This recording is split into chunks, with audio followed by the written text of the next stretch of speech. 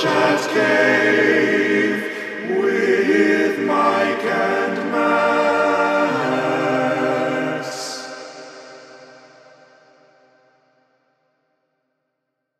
Welcome back to the Chat Cave here on McGTV. That is youtube.com/MikeMcGTV. Follow me on Twitter at MikeMcGTV. As always, I'm joined by my co-host here, Blacksmith, part of the Three Geeks podcast, and we have special guests today. Yes. Max, do you want to introduce our guest? Our special guest, first time in the chat. Is this our first guest in the Chat Cave? Yep. Yeah, because we don't have an Alfred to just let everyone into the Chat Cave. So yeah, welcome, Scott. One of the Animaniacs on the Three Geeks Network. It's been a long time since the Animaniacs have gotten together, but Scott, we had him on our podcast this last Saturday, and he heard about all the awesomeness going down tonight and had to be a part of it. So welcome, Scott. How you doing? I'm doing good. It's good to be here. It's good to be talking about cartoons again with you, Max. It's been, I don't even know how many years at this point, but it's been a long ass time. I feel like it's been at least 3, and it's way too long. Yeah. So who knows? Maybe this will kickstart stuff. But you can check out some of their old episodes over on the Three Geeks YouTube channel, correct? Yes. Should also be up there. 3geeks.ninja if you want to head to direct. If you want the straight the straight fix. Then you can get it there, 3geeks.ninja. Or it should be on YouTube with all of our many other episodes. Nice. Well, I figured this would be a time to talk about this, and with both of you, I'm glad we have an extra set of eyes here to give a different perspective on Batman related stuff. So thank you, Scott, for being available, because it was announced recently the recent line of DC direct-to-video animated things that they're doing. I think they call it the Tomorrowverse or something like that. They rebooted the line again, and they're doing Crisis on Infinite Earths. It's like a 3-parter that takes place over the span of this whole year. I saw the first one. Much better Flash movie than the actual Flash movie. But low bar. Yeah, I know, really low bar. But there's going to be 2 more, and I think the second one is slotted to debut in April. And the reason why I chose Batman Beyond Return of the Joker is threefold. For starters, in part 2, we're apparently going to have Terry McGinnis show up, voiced by Will Friedle again. Okay. And then part 3 apparently has the final vocal performance of Kevin Conroy as Batman and Mark Hamill as the Joker, and he's going to go back into retiring the character, I believe, after that. So it's reported that Kevin did do lines for the last installment in this trilogy, and that's what convinced, I guess, Mark Hamill to be like, okay, I'll do it one more time. So I figured this would be a good topic since all 3 of them are in this movie, Batman Beyond Return of the Joker, released in the year 2000, I believe.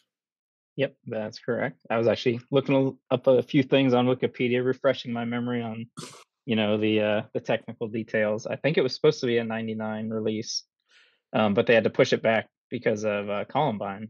Yep, and that'll factor into some things about the film itself and the different versions of the film. I didn't realize that was why the censorship happened until I was reading about it today. I just thought it was just kind of one of those, TV execs see it like, we can't show this to children. I mean, I'm sure it's some of that too, but yeah, it's sufficiently dark for I had no idea until I was today years old when I learned about the Columbine thing. Oh, you mean the connection to Columbine? We kind of lived through that time period. We knew about the Columbine. Oh yeah. No, I'm very aware that it happened, but why is this guy? Anyway, just all the super professionalism. I had never realized that was why, like Scott was saying, that was why they did the censorship, because it is sufficiently dark where I'm surprised that they even got away with it in the first place. Yeah. Like, and I think the censored version wasn't technically rated when it came out, but then when the uncut one came out, PG-13, which makes sense for this, which is kind of weird too, because a lot of the more recent DC animated stuff, like they'll put an R rating on some of it, but then you like watch the film itself and it's like, this isn't as bad as something that happened in Return of the Joker, honestly, except maybe they cuss once or twice. Yeah, no, that's it. You can't have them or there's blood when cuss words. Something connects. Yeah. Well, I think there's a sufficient amount of blood in here. Batman has a little bit of blood coming out of his mouth at one point in this. Joker in the uncut version anyways, which is on Max right now. That's the version that is right on top of me. Right on top of you.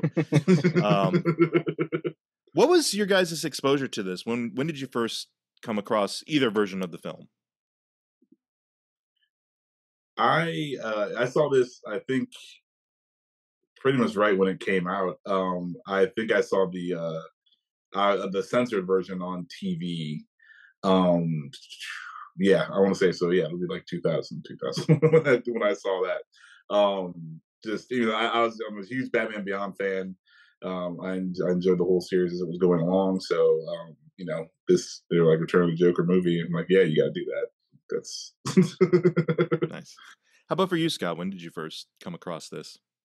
Pretty similar to Max. I remember they really went hard on the marketing for this because I guess I was like 10, so I was watching a lot of Cartoon Network at the time. But I remember like a lot of commercials, and like I don't know, I was like Return of the Joker, because I think they were still showing like Batman the animated series, and like I don't know, my like young brain, I didn't connect like, oh, of course the Joker wouldn't be around anymore. This is like so far in the future, or maybe there's something, I don't know. But for some reason I was like, Return of the Joker, like I just saw him on Fox, just a couple days ago. So it was a little confusing for me in that regard. But like I had been watching, Batman Beyond and Batman the Animated Series as a kid and enjoying them. So I definitely saw it on TV and saw the censored version first. Right. I think that was the one that got the most widespread distribution at that time, obviously, because of the censorship and Columbine issues. And for broadcasting on, probably it would have been Kids WB if it was broadcast on anything at the time. That's where... probably not Fox. I must be thinking of Spider-Man. Probably Spider-Man. But I actually came about this in a unusual way. I got the screenplay. They released the original screenplay as like just a mini book, and I remember picking it up back when Borders was a thing. Picked it up at Borders, and I was like, interesting.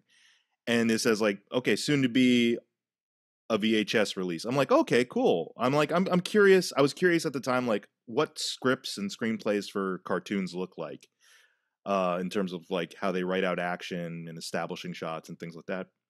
Pretty much similar to the way they do live action stuff. But there was some cool storyboards, and it had the original version in the screenplay, obviously, the uncut version.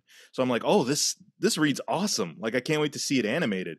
And then I got the VHS, watched it, and I was like, oh, they changed it. Boo. But then that's when years later I heard rumblings of, oh, there's actually an uncut version. Let's petition to get that made, or not get it made, but get that released. And sure enough, eventually, I think like a few years later, the uncut version came out on DVD or Blu-ray or something. You have the Blu-ray, right, Max? Yeah, I have the Blu-ray. I was watching it earlier. I didn't know that there was the switcheroo, for the longest time. Like, I just watched my Batman and I was happy to watch it.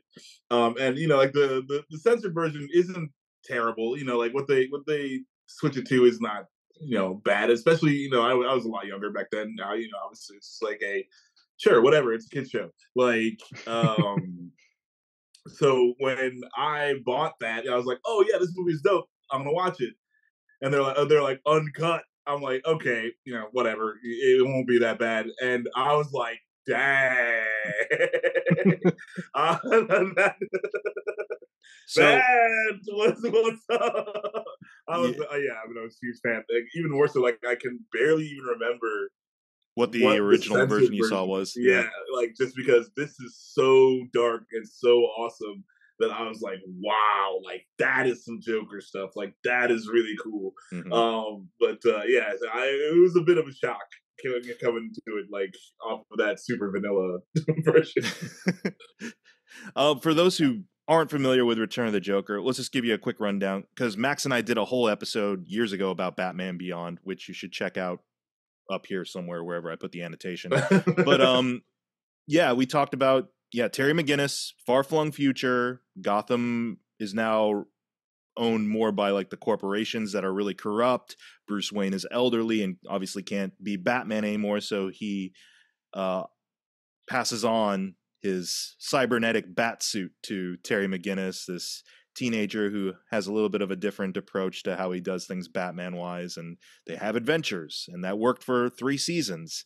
And then it was like, hey, let's do a movie. And so they'd steered clear, as you mentioned, Scott, they steered clear of a lot of familiar Batman villains. Only on rare occasions would one show up, like Mr. Freeze or Ra's al Ghul or something. But they were like, let's just go big. Let's bring the Joker back. How do we do that? He's got to be ancient by now, right? And then this is where we get this story where actually the Joker was kind of the linchpin of where Batman started to give up, because Joker died way back in his prime. And that's where we kind of go into the mystery of, well, who's this new Joker that's terrorizing Gotham and is eerily just pretty much the same character? But I don't know. We'll get into some spoilers here probably. We teased it in the previous episode about Batman Beyond, but I figure we should actually delve into specifics here. Yeah. Yeah, there's a lot of this, for all of like the not callbacks that they did in like the entire series. This movie is all about the callback. Yep. We have a straight up like extended sequence back in the old animated series days. Oh, for sure. Yeah. And great scene. Great. Like it was. I remember not liking that as a kid, because I was like, I just want to see future Batman. Like I don't care about. I could, even as a kid, I didn't really like the new Batman Adventures very much, because I was like, this is so different. And so like when they like that comes into the movie, like when I first saw it as a kid, I was like, I don't like this. Like get back to the future stuff. But now it's like some of my favorite stuff in the movie as an adult. Yeah. Yep. Yeah. It just goes to show like the folly of youth. I mean, the movie did its job. It gave you bright, flashy action sequences, like cool design work. But now I can understand if you're younger and like, okay, why are we going back to this almost antiquated kind of look? But then it's like, that's when the really dark stuff happens, when it's revealed like just what Joker did. Because should we just get into it here? Yeah. Yeah. I mean, yeah, like the storyline is the Jokers, because now in Batman Beyond it's a gang of Jokers, and they're all like, now they're super like C-list or D-list, I would even say. They're more of a nuisance. They're more vandals than anything else. Vandals, petty theft, things like that. And so now they're doing like they're robbing. They're Robin. They're Robin. Yeah, they're Robin. They're stealing very high tech equipment, and there's a really cool action sequence to start the movie, where Batman kind of foils their rivalry. But it's like, why we can't figure out why they're stepping up their game in this way, and then the story carries from there, where they figure out, oh, the Joker's back. Oh. And that scene's great too, where the Joker kind of where it's revealed that the Joker's alive, and then when the Joker reveals himself to Batman and to the world, like those two scenes were rock solid too. Yeah, well, we should specify too. He reveals himself to Batman, the world, and Bruce Wayne, who like, I love the look on old Bruce's face when he sees him again. He's just like, no way. You gotta be kidding me. Like, it's the first time you see like this version of Bruce Wayne have like utter shock and disbelief on his face. Usually he's just like a curmudgeon.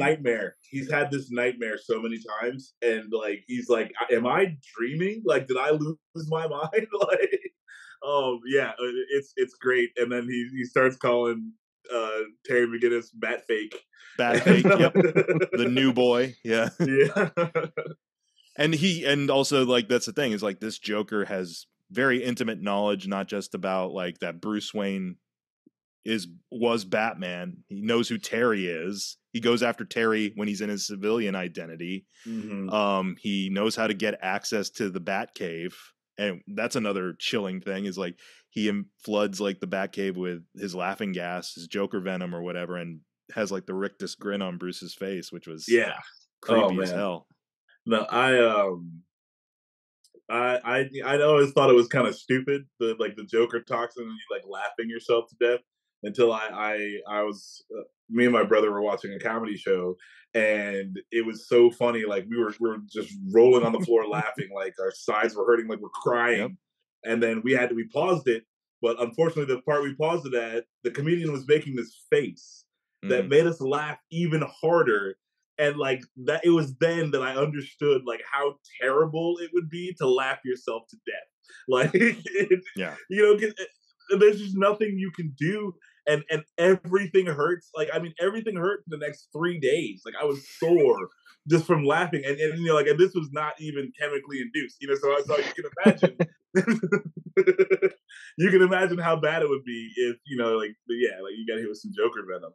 But or Joker toxin. I think Mask of the Phantasm is like the first time I was like, "Wow, that's terrible." Because there's the one guy, Abe Vigoda's character, the old where gangster. and he's like strapped down to the bed. Oh, and he's him. He's like trying to talk, and he's like having trouble breathing while he's laughing. That was the first time in like the Batman cartoon I was like, okay, this is because normally they'd just be like, oh, these cops, they're just like lying still with smiles, but he's like having trouble talking and breathing, and like they have to sedate him, and like that was the first time as a kid I was like, wow, that's pretty messed up and scary. Yeah, absolutely. And it's extra creepy in this because it is Kevin Conroy voicing old Bruce Wayne, and very rarely did we ever hear Kevin Conroy Batman laugh, even in his prime. Like the character is very straightforward, stoic, maybe a chuckle here or there once in a while, but not like the whole like he does in here, where it's supposed to be like he's fighting it, but he's so feeble too, and he's just like and he definitely broke 2 ribs laughing earlier. Like that's I mean that's what it does to you. It's unnerving. So like this Joker, he goes for the jugular right out of the gate. Then it's revealed, thanks to Commissioner Gordon, now Barbara Gordon, as an old woman, in flashbacks, what actually happened to the Joker many, many years ago when they were all young, which was he and Harley Quinn kidnapped Tim Drake Robin. And then my favorite Robin too. Like he's your favorite? Oh yeah. I love his outfit. He's my favorite Robin just because like I don't know. I've never been, and like Dick Grayson is he's on every show always Robin, but like he was, I don't know. I never really dug him, but Tim Drake I always thought was pretty sweet. Well, they went out of their way to establish like Nightwing at this point had all but like said, "You're on your own. Best of luck to y'all. See ya." Yeah, and was just like, "Can't deal with you, old man." Yep. And then what they did was they basically turned Tim Drake, or they tortured him for like, what was it, 3 weeks? They said in the movie. 3 weeks. Yeah. Could you imagine spending 3 weeks with the Joker? Which is weird because they kind of do a callback to that in the Arkham Knight game, where it's like Jason Todd is trapped with Joker in Arkham for like 6 months or something, and it's just torture and drug putting all kinds of chemicals through him, and it eventually turns him into Joker Jr. or JJ, I think they call him. Yeah, they call him JJ. They call him both. Yeah, and that's pretty horrific because and he's got the Joker outfit with the short shorts and great design, great costume design. And it's like he's just a little henchman, and he's obviously just lost, whatever they put him through. He's not all there right now, right? And you can just tell how horrible it was. And I mean, like they even show you like some of the stuff they did to him, and they have him like strapped to a table, and the Joker like puts metal clamps on the table, and it basically electrocutes him. Yeah, yeah. So they're like, yeah, electroshocking him, and you can just imagine what else. And yeah, for I mean, like, how old is he? 12? Yeah, he's supposed to be like 12 or 13, I think, canonically. For how horrible Yeah. that scene is, though, it's also like sort of comical the way that he like has it as like a home movie Yep. set Yeah. up, I was and about he's to got say. like the grill and the kiss the cook apron, Yeah. like which kind of makes it even more horrifying. Mhm. Yeah. I mean, that's the whole idea too, where it's like it's horrific what the Joker does. That's why I feel the Joker works best is like when he's clearly doing something horrific, but he has this edge to it that you're kind of like, and you feel bad about going. So Yeah, it's all very like 50s sitcom yeah, like. But yeah, so they're showing, hey, like we got our little Joker Jr. now. The battle ensues. it's revealed that Tim fessed up that who Batman was to him at some point, and so now Joker's like, "This is my secret to know and mine alone, Bruce." And he may. Oh, I love that scene. He's showing him the movie and stuff, and he's in the projection booth, and he's like, I gotta say, I'm disappointed. Yeah. Like behind all of this, you're just a little kid crying for mom and dad. Like Yeah. he just like twists that night. Yep. It's so beautifully Joker. Like the whole thing is just, and this is why he's Batman's arch nemesis. Like this is why like he is the worst out of all the villains. Because yeah, like once he any little bit of knowledge, anything he can use against you to like just horrifically turn on its side, and like he's gonna do it. And he's gonna do it laughing, the whole time, and just it's awful. And you imagine what Batman's going through at that point in time, and it's like not only is he watching, another of his children just be tortured, and he like goes through all this crap, but then like all your secrets are laid bare, like all of your trauma that you've not worked through is right here. Yeah, that's awful. I like when Terry says something like, "Oh, he was the worst, wasn't he?" And Bruce is like, "It wasn't a popularity contest." Yeah. Like I love that little line because that perfectly encapsulates like how Batman would view the Joker. Yeah. I also like it paints a cool dynamic with Terry and Bruce where it's like, Terry is he's got his own trauma like that he's working through his own past, but he's definitely more lighthearted than Bruce is. And the fact that he would kind of say like this, it's not caustic, but he expected Bruce to have kind of a lighthearted rebuttal to him about it. But like Bruce is like, no, you don't understand. This guy was a monster. Like, and I don't joke about the Joker. Yeah, there's zero chill with the Joker. There's zero, like we're like if we must talk about it, it will be done quickly and it will be done soon. Like, and he's like, and you better pay attention when I talk. It's like you better. Bruce does try to help Terry by telling him, hey, like give me the suit back, like you're done. But obviously, like Joker knows all of his secrets, so like that's not it doesn't help him at all. Right. When I was younger, I kind of misread the scene as like, oh, it's because Terry isn't taking this seriously that Bruce feels kind of offended and will like, but no, it's actually like Bruce is like, no, this is for your own good. Like the only way I can save you is for you to stop being Batman. Yeah, because if he gets a hold of you, what's he gonna do to you for the next 3 weeks? And then what am I gonna have to look at? Like, right? Yeah, it was when it all gets revealed. You're like, oh, okay, like you're like, wow, like what? But yeah, so the battle ensues. Freaking, it ends up being Batgirl versus Harley Quinn, Batman versus the Joker, with little Joker Jr. by his side, and. And Tim Drake ends up killing the Joker. Well, yeah, the Joker hands him like the pop gun, and he's just like, "Put him out of his misery, sonny boy," or something like that. And like Tim, the laughter. So I found out like the person who's actually doing the laughs for Tim is Andrea Romano.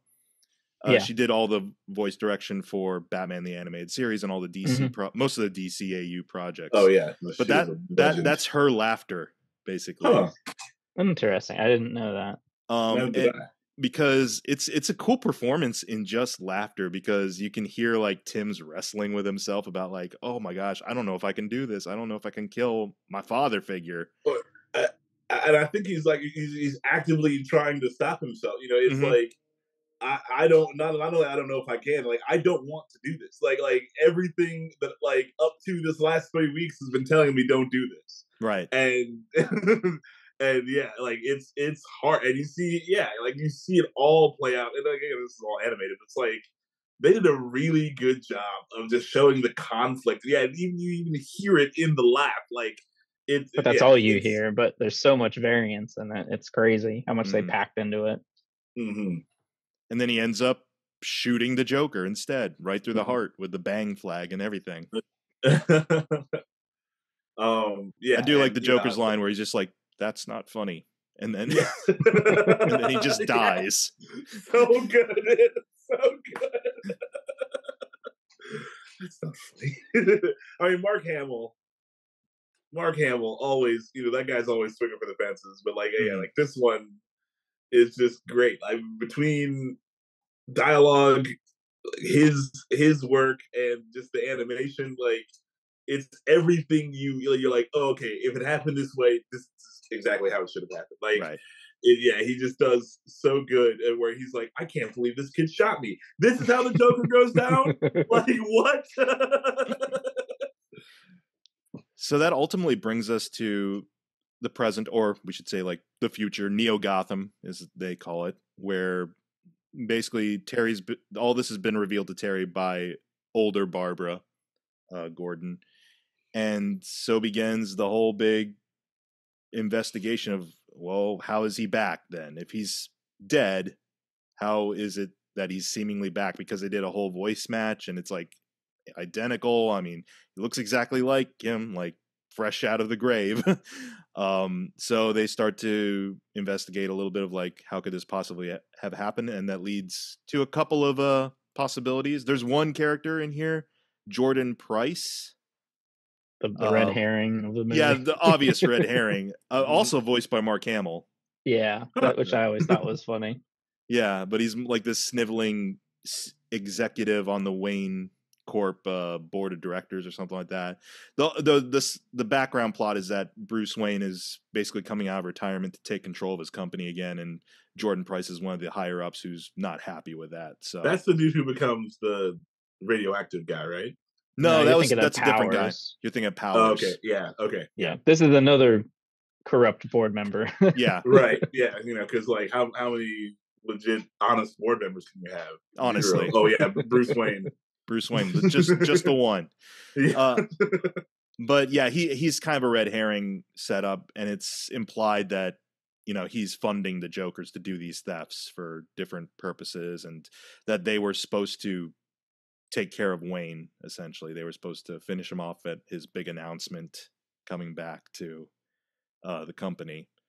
But apparently that's not the case, because the Joker has been like masterminding the whole thing. It's just like Jordan Price, he's just another pawn, and his bigger game is to gain control of a weaponized satellite, and these components that he's been having the Joker steal from different tech companies will help him hack into that, I believe. Yeah, it's like a transmitter, so you can take control of it. Because he tries it's supposed to be like it's a defense mechanism, but he quickly makes it offensive. Mm-hmm. And I mean, like, yeah, great, because to paint a big smiley face on Gotham. Yeah, it was good. What do you call it? Urban tagging on a grand scale. Yeah. He just wanted to graffiti the landscape.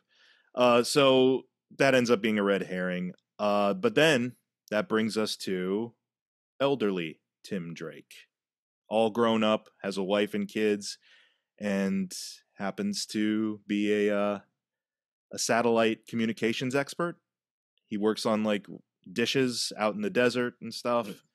Mm-hmm. Has nothing but the worst memories connected to his time as Robin. Now is pretty much bitter about his experience as Robin. Hasn't talked to Bruce or Barbara, or he talks to Barbara, I guess. Yeah. You see him walking into the office as Terry's walking out. Mm-hmm. But that was right after the Joker reveal, so like that's easy to be like, oh, okay, well, this brought him back into the circle to, Yeah. see what's going on. Yeah. But it turns out that Tim Drake is more connected than we thought to whatever's going on with the Joker. So this is where things get maybe a little too wacky for Batman. But at the same time, we're talking about the far-flung future Batman here, so maybe not too out there. But Tim Drake apparently was installed with a microchip hidden in a mole by the Joker way back when he was being tortured. The Joker got his hands on some cutting-edge technology. I think in the Justice League show, it's hinted at that he stole from Cadmus and ended up encoding his DNA on a microchip so that later on in life, should something happen to him, his personality would take over. Now, and the timing just proved to be so fortuitous. Very fortuitous. And, this must have been some strong stuff, because this small little microchip mole not only can make you take on the physical appearance of the Joker, but all of his strength, all of his dexterity. He can turn you from a pudgy dude in his 50s to very slim and shortish dude. Yep. But also that he retains his personality through DNA. So yeah, science. Science. It's the hand wave science explanation. Yeah, this is the biggest stretch that they have to take in this. Yeah, it's I don't know why they didn't just go like, hey, I put the mole in there and it's been brainwashing him for years. I guess I wouldn't then it wouldn't be take him. back the voice and all that stuff like that. But modulators or something. I don't know. It's it's a stretch.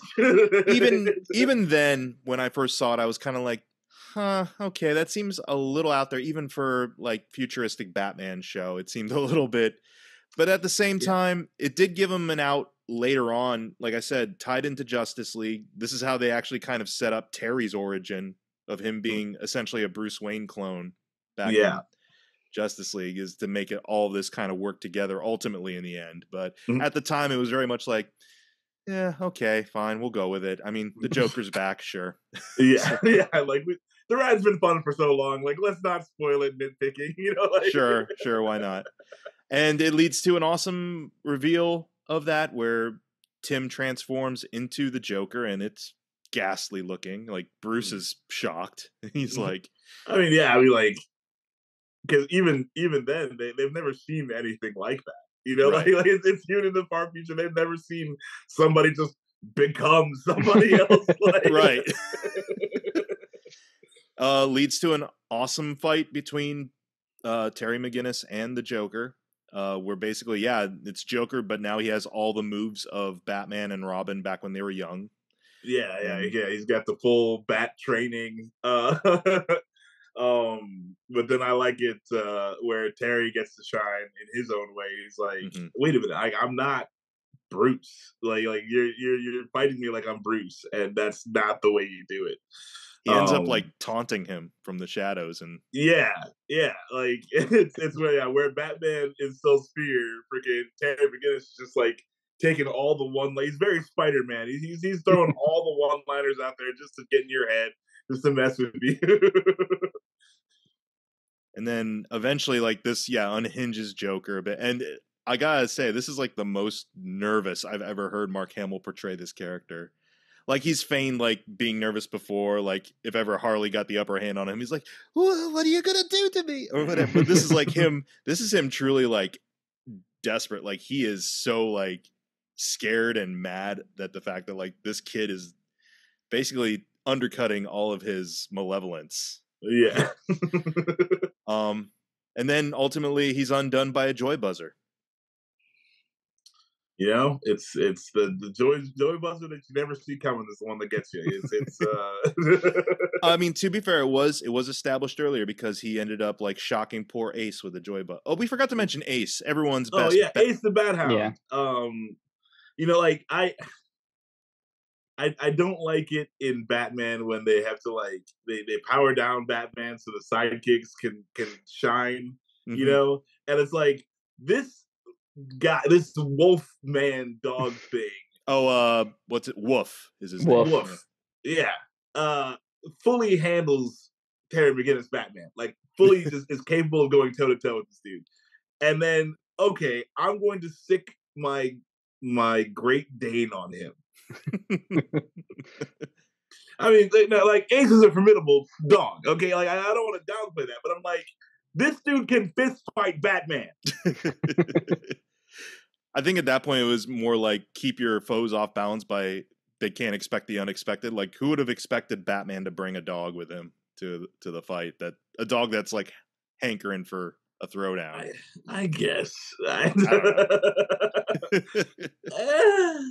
Especially because he handles the rest of the Joker crew so easily. Like, yeah, he handles no chance against him. He's just like 1v4, excluding Wolf. Right. and Wolf, takes a bite out of him or claws him or something, and he's like, "Oh no, Ace, help!" Right. I mean, we got to find a way to work Ace in there. I don't mind. I like Ace. And they had every reason for Ace to be absent for like the first part of his Joker fight. Right. But that's how he's done in, is that Terry lifts the joy buzzer, the electric joy buzzer, and gets him right on the mole, and that undoes the Joker forever. Yeah. I mean, because it's like, okay, like now like I guess just because it's that's not like 2000s technology where it's got to like sequence his DNA into him to make him transform every time or something like that. Like, wouldn't there be some sort of lingering? That's what I'm wondering. Like, your DNA is fundamentally altered. Like, yeah. Like, unless it just ran through his whole body, the electrical current just fried all traces of Joker DNA in his whole body, which I don't know. Should have killed him. Which should have killed you. You're being undone. You're thinking about it a little too hard. You're probably thinking about it more than Paul Dini did. Yeah. Oh my goodness. Yeah. That's the only thing where it's just like, okay, this is so easily like. But also, everything else in this movie is so sweet. But at the same time, movies got to end at some point. Yeah. Oh yeah. No, it's gotta. They gotta do something. They went down this road. It's got to come to its conclusion somehow. Yeah. So fries the Joker mole. The satellite is free to drift off into space. Yeah, I guess. And then reunion at the hospital, which was, you don't get to actually see it, but the tone of voice, again, the vocal performances I think are solid. Where all of a sudden Kevin Conroy's got this softness in his voice when he says "Hello, Tim," and Dean Stockwell plays older Tim Drake, and when he says like "Hi, old man," and it's really like I get a little choked up hearing that. I'm like, yep, this is the son being reunited with his dad, essentially.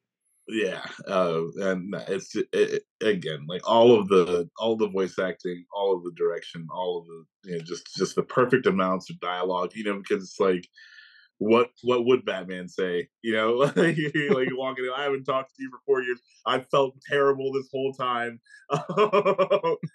Hey Tim, but there's a lot in it, like you're saying, like there's just a lot packed into it. So it's really, really good. All in all, like I don't think there's a vocal performance in the cast that fell short for me. I don't know. Was there any like? No, I mean Melissa Joan Hart as the Dee Dees. That's right. And they were fine. Like there was I don't think there's any. Like, oh man, can you remember that guy? Like, there's no, there's none of that in this. Of course, the late great Arlene Sorkin came back as Harley, and as spoilers here, Nana Harley, which ends up being like she ends up like surviving. Which I was like, okay, cool. You know what? I'm fine with Harley like living into a nice old life where she's just a miserable grandmother to these two kids who are delinquents. That's fine. Yeah, that's totally fine. Because in the flashback sequence, she gets like knocked off a cliff, and you just they never you don't found see her. her die. Yeah, they never found the body. So that's I do like how they reference that. They're like, oh yeah, like we never found her body, so she's probably not dead. Like they know like that's like the most unlikely way to kill a supervillain. Yeah, I guess like, no, you need the visual. You got to confirm that kill. There's no Otherwise, they're coming back. They're coming back at some point in time. Right. I guess there's this thing with regards to the timeline stuff, where at that point, granted, this was made way before they did stuff with, like, say, Justice League, or they fleshed out Harley's character even more so and other stuff. But, like, even at that point, it was kind of like Harley was already breaking away from always being his sidekick, always being on his side of things. Like, had pretty much retaliated against him quite a few times in the show. And then all of a sudden, I guess some fans were kind of like, why did they just revert her back to being just as evil as he is for the sake of this? Like, it couldn't have just been him. And I'm kind of like, okay, but it's worth it for the payoff. Really. Yeah, I don't feel like because like it was a flashback sequence where she was, fully behind the Joker and all Mr. J, Mm-hmm. and it was, at the end she's like, you freaking kids, like grabbing them by the ear and stuff, like she was not putting up with any of their crap. Like, I don't feel like the character was done any disservice. Yeah, are you saying more? It didn't make sense in the when they're at Arkham that she would be his right sidekick. back to where right back to where she was when she first started in the show. Because at that point, in the timeline, like some stuff had probably already happened. Like she'd broken away from. Yes. I don't know. Well, everyone has those days where they fall back on bad habits and things. Yeah, like that, and they were gonna have a child together, and they're gonna raise it. We don't know what he told her. Yep, that's true. Because like the Joker's Junior plan could have been the thing that gets them back together forever. That's all they needed was a child.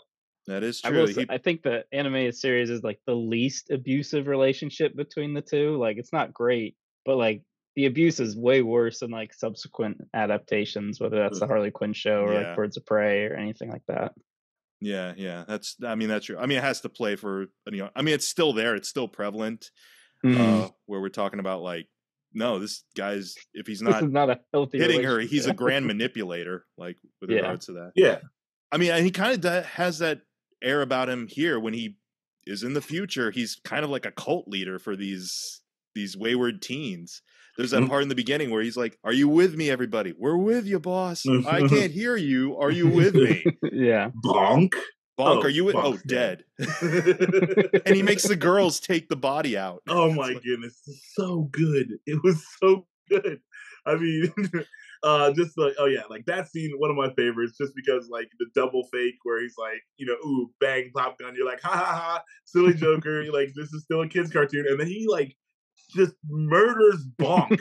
Yep. Like, just straight up murders that dude in front of all of his friends, and then is like, hey, clean up the body. Like, so this would be a good part to get into the changes between the two versions, because like I said, the uncut was eventually released on DVD and Blu-ray. It's probably the most common release now since it's on streaming as well. But the censored version has some very different scenes. So Bonk, for example, he was just gassed in the censored version, and you can hear him laughing in the background, and then maybe you can imply that he died from laughter, but like he's just left laughing. So it could also be like, oh, they just left him that way. He's just absent from the rest of the film. Yep, he's just gone for the rest of the movie. Of course, the Joker's death itself is heavily altered in the censored version, where, like you said, he slips in like electrical cables and there's water around. He ends up electrocuting himself, but Tim Drake pushes him in a fight. There's some lines that are altered to not be as apparent. Like, instead of saying "I killed him," Tim Drake's like, "I did it." Some innuendo as well. There's a scene where Jordan Price is on his yacht and he's like getting wine or champagne or something in celebration of Wayne, being accosted by the Joker. He's like, he's with his date, who it's implied she's a woman, she's a worker. And it ends up being one of the Dee-Dees instead. But one of Batgirl's informants, they're sex workers, and one kind of looks like Black Canary, whereas in the censored version it's just a couple of street toughs. And I definitely Bonk, and definitely the Joker scene. Yep. I can fully see why there's like, well, we we gotta do something else. There's a scene where Joker like pulls a knife, and I think they completely remove the knife. In the Yeah. censor one, it's more like a sucker punch, but it's like it's oddly cut. Like it very much was like the one they put the least amount of work in to like censor it. Like it just Yeah, looks like he flicked Batman in the face. Yeah, But no, it's implied because he has a knife and he slashes Batman, and he stabs Batman in the leg, and that's supposed to hint that that's where older Bruce Wayne gets his limp. It says so in the screenplay. Now we know how old Bruce Wayne got his limp. yeah, because he of that. to the hilt Yep. drives that thing into his leg. He's messed up after that. That's probably also why he needs a suit. Yeah. Well, unfortunately, they didn't have the Dark Knight there, so you could just develop a little knee brace or whatever that would just fix that right up. And then magical knee brace. Maybe we'll get a little magical spine punch just to set you right back, and you're good to go. 100%. We're not operating at quite that level of quality, so yeah, not quite yet. You have 0 cartilage in your knees, Mr. Wayne. Yeah. Oh, okay, I can fix that. I'm yeah, no problem. Easy peasy. But yeah, a lot of scenes are truncated in the edited version. Like in the opening fight with the Jokers, there's a whole like in our version that we watched, that whole spin around Batman as he's taking all the different gang members on, that is completely absent in the censored version, which sucks because that shot is amazing looking. Yeah. Wise. Oh, it's so good. Yeah, and that's like something you didn't need to cut that. Like, some of like the punches I think are like trimmed like a little bit so they don't seem as impactful. Yeah. I think the one where the DD twins tase him, that was removed in the censor. Oh, okay. Yeah. So. It is just hands down not as good. Like, I mean, they didn't even try to like keep you like, all right, let's just get the super hard stuff out of here, and be like, because kids can like this cartoon violence is not that bad, right. Taking a taser to Batman is not that bad. There's no one who needs therapy watching freaking DD's tase Batman. But it was just unfortunately like one of the many victims at the time of we got to kind of sanitize our media. Everyone felt an urgency to sanitize a lot of the media because of what had happened with the Columbine shooting. It was, but I'm glad eventually the uncut version kind of became the norm. Mm-hmm. Yeah. Oh yeah, it's so much better. It's just so much better the way it was supposed to be.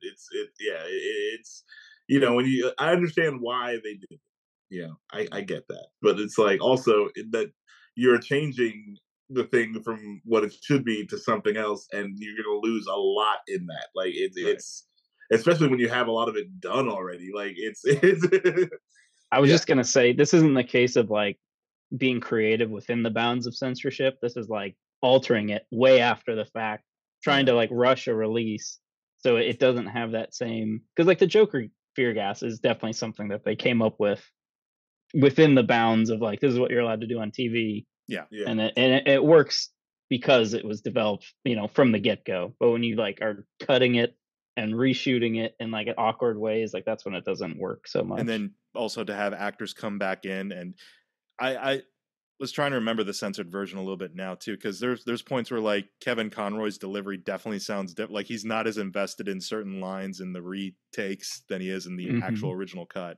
where it's like Robin did shoot him. Whereas in the edited, he's like, Robin's the one who defeated him. Yeah. You can tell Kevin's like, no, I like the first line better. It's like, then Robin went all psycho and freaking murdered him. I could never forgive him. So one random one that I do remember very specifically, when Joker reveals like, I'm gonna tag Gotham, I'm gonna blow up your mom's house, blow up Bruce Wayne Manor first, though. He's like, got any last words for the old bat fart? In the edited, it's bat coot, because apparently you can't say fart. Apparently fart was a bridge too far. It seems pretty low on the totem pole of things. I know. Yeah, they say fart a lot on South Park, so we can't have it. We're the kids. We're not those guys. We're the kids WB, home of Freakazoid and Animaniacs, where there's way more innuendo. Oh my goodness. I was watching something that was just like the jokes that flew over your head as a child, and Animaniacs is fingerprints. Awful. Fingerprints. Fingerprints. I don't think so. Yeah, yeah. Oh my gosh. Animaniacs is awful. Yeah, Freakazoid is great too. Like Freakazoid has a lot of that stuff in it as well. but yeah, it's when the censors get going, they get red hot and they just gotta keep cutting stuff. It's like and again, it's not like, hey, even at the beginning we just we're trying to do this. They said we couldn't do 10 things. We never did 10 things. It's like, hey, they said we couldn't do 10 things. We did 11 things. Don't try to tell us no. Yeah, so it's it definitely suffers from that. Like it's you just can't expect. And again, like also too, like if you've been playing these characters forever and you get to have the moments from the uncut movie, like you get to like act, you get to do that stuff, and then they're like, "Hey, we're gonna need you to dial it back."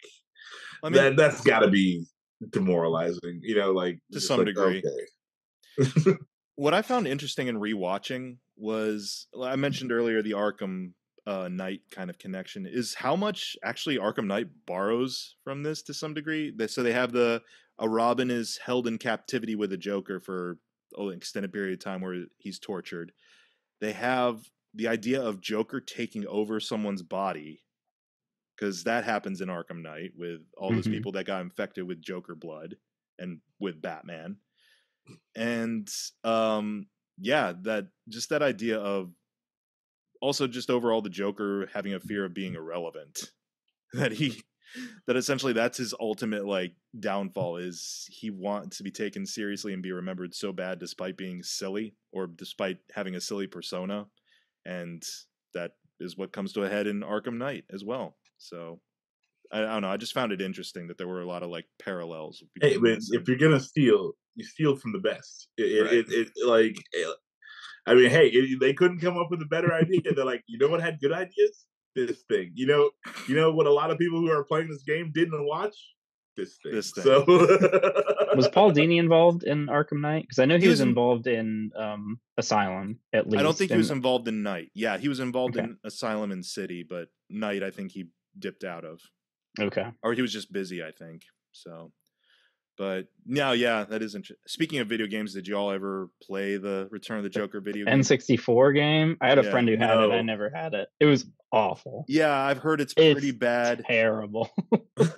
Is it Superman 64 bad though? Is the ultimate? No, because it's like a side-scrolling beat 'em up, so you don't have like the weird 3D jank. It is a 3D game, but it's all side-scrolling, so you at least remove that like weird third dimension flying aspect of it, but it's still really like what game is as bad as the Superman 64 game? Like there's that was E.T.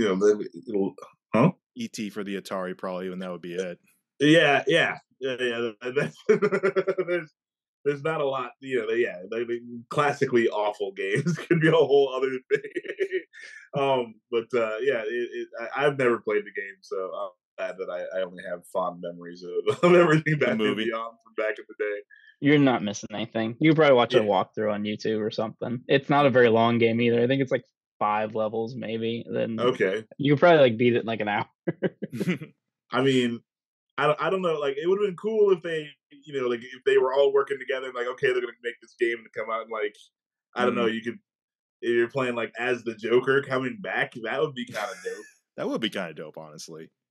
Or if it was like a more like broad like Batman the Animated Series game that had like more than just the movie kind of thing. Like if it was like a true tie-in. But yeah, I think it's just I think they cut out like huge portions of the movie. And then it's just like fight the Joker, fight whatever. Really that remarkable about it. Fight the dog, fight Wolf. Yeah, fight Wolf. I think you do fight Wolf in like the first level. I think they recycle the enemies. Speaking of, let's give a shout out to Frank Welker, the ultimate I just like making animal noises for characters. He did both Wolf and Ace. Like he was the voice for both of them. So he's basically fighting himself. I mean, like, is that weird that they get people where they can just, like, record dogs? Like, is it that hard to record dogs barking? I mean, if he can do it with personality, then, because Ace has boatloads of personality. Yeah, that's true. And I, I want to be in the studio with the man just making the dog noises. Like I want to Oh, see this. I think there is footage. Like there's footage. You can see Frank Welker doing like his takes of either animal characters or Slimer from the real Ghostbusters. There's like old Yeah, footage of him. cool. Yeah, It makes I sense for knew. Wolf because he was like a person who got Yeah, spliced into an spliced. animal. Yeah, But yeah, I don't know why yeah. you can't just use like audio library dog sound. Like bark, bark, bark, whining noise. Oh, the Joker did something to put me down. Like yelp in pain. Yeah. I mean, my dog did all of those noises like yesterday at the dog park. Like You can get some royalties. There you go.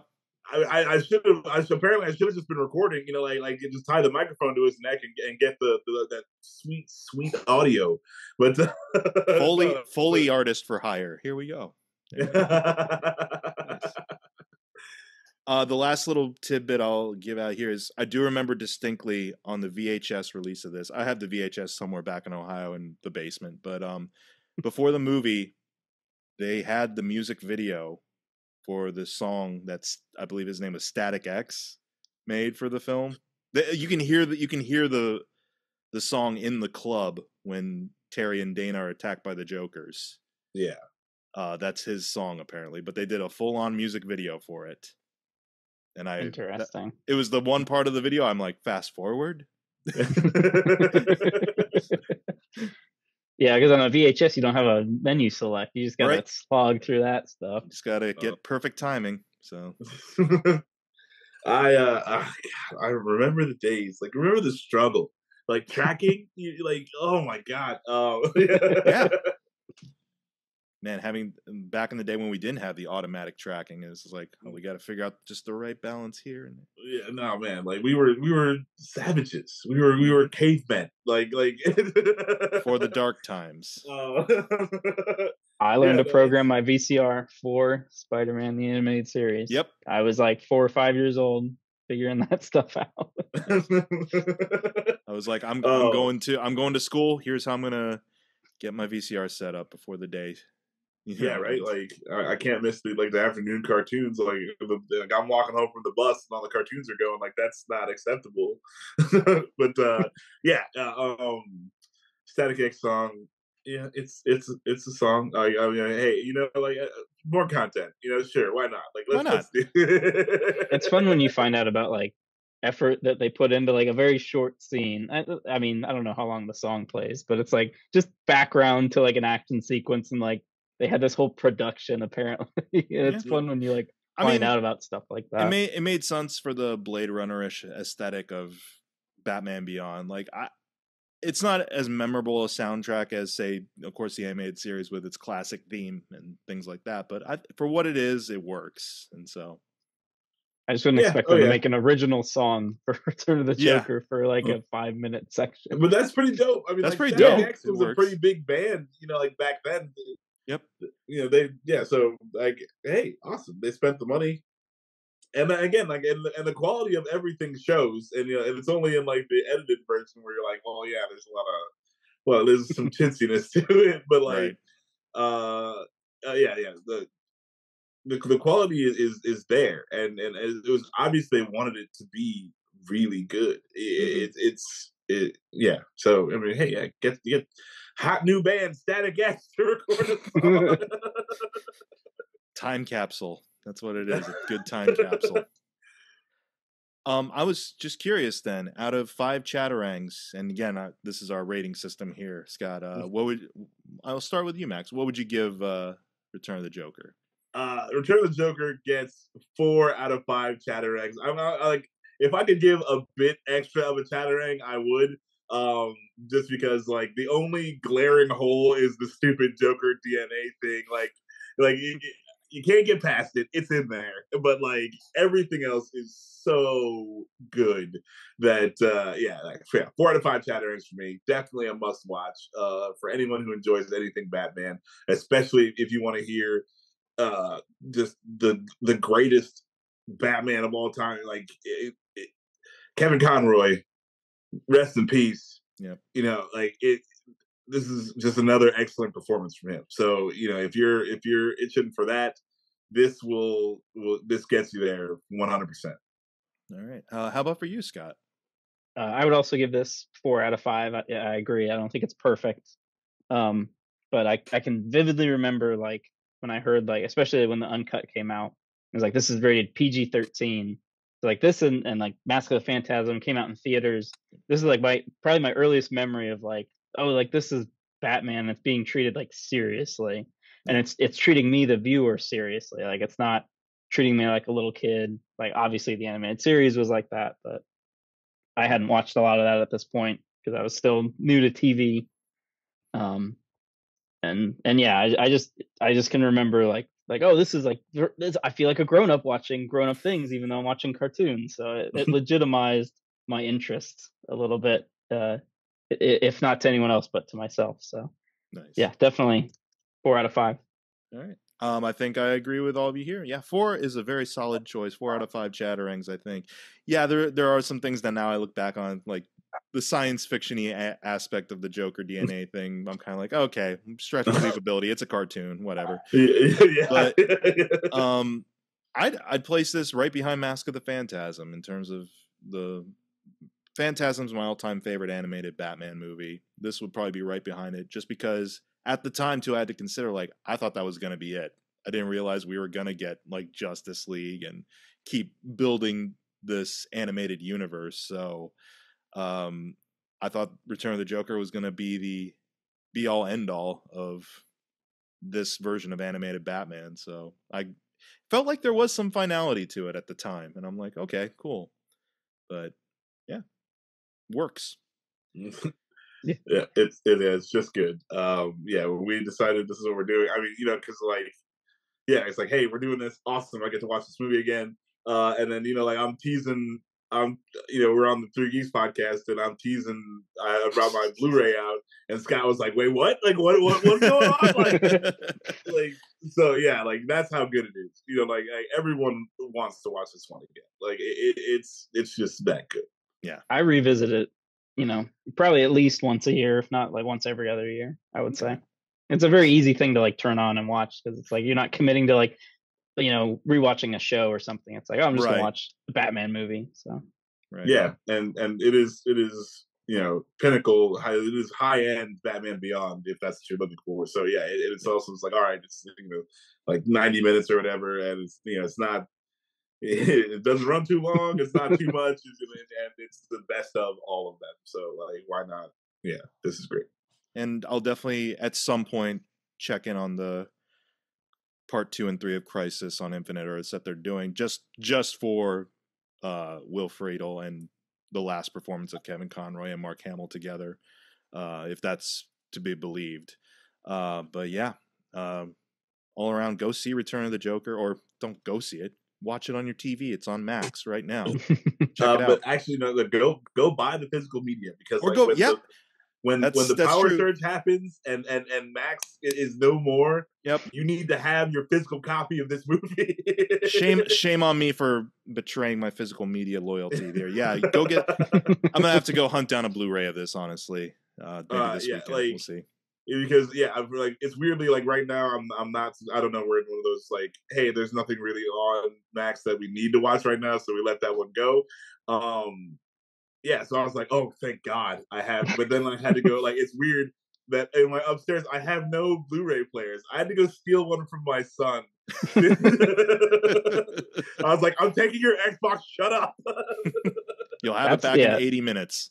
Xbox or PlayStation are like the best thing to have for like a Blu-ray player. I think they're still cheaper than some Blu-ray players. Yeah, honestly.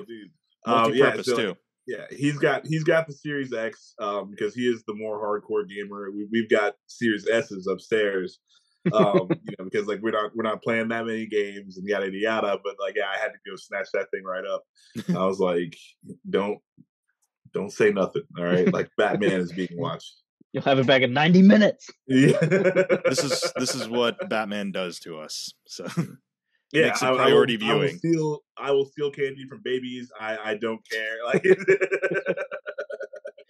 I will be the very antithesis of the thing I love. It doesn't matter. So that all being said, I just want to say, Scott, it's awesome to have you here as our special guest. Thank you so much. It was a pleasure catching up with you, not just on Thank the Three you. Geeks podcast, but also here and hearing your love for animation and things like that. Absolutely check out more of the Animaniacs archives, I guess, over at the Three Geeks YouTube channel. Max, as always, it's a pleasure. And you've been listening to the Chat Cave here on McGTV. As always, youtube.com/Mike McGTV, on Twitter, Mike McGTV, and We'll see you same chat time, same chat channel, Mike McGTV.